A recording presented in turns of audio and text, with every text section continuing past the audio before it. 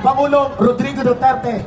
Kinumpile natin ang lahat ng kanyang mga pahayag doon kung gaano niya ipinamalas ang kanyang pagmamahal sa bansa. Ituon niyo po ang inyong mga mata at atensyon dito po sa ating LED wall, sa lahat ng mga nanonood sa ating ngayon sa inyong mga cellphone, mga desktop, laptop, tablet, at panoorin natin, magbalik tanaw tayo noong panahon ni President Rodrigo Duterte.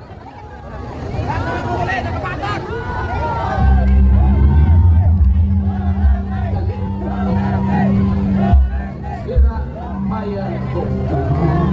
Mahal ko ang bayan ko. Mahal ko kayo. Okay mo. But we will never compromise our dignity. Your concern is human rights.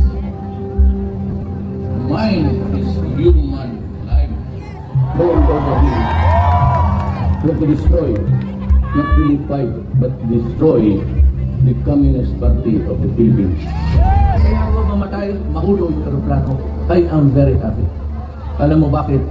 Sabi ko, without declaring martial law, I dismantle the oligarchy that control the economy. One of the days when the Philippines decides and acts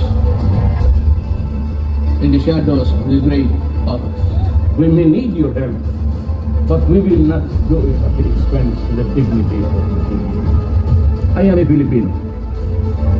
If I am accused of something, it must be within the jurisdiction of the police. If I am tried, it should be before a Filipino judge. And the prosecutor must be a Filipino like me.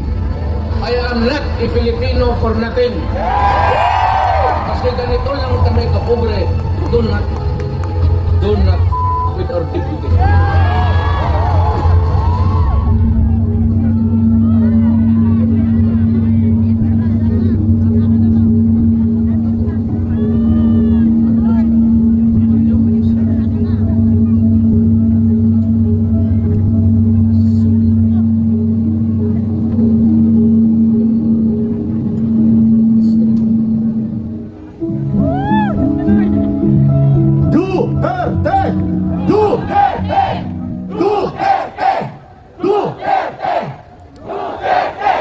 Mamaya mga kababayan, maraming magsasalita dito sa ating harapan at magpapatotoo sa lahat ng mga mabubuting nagawa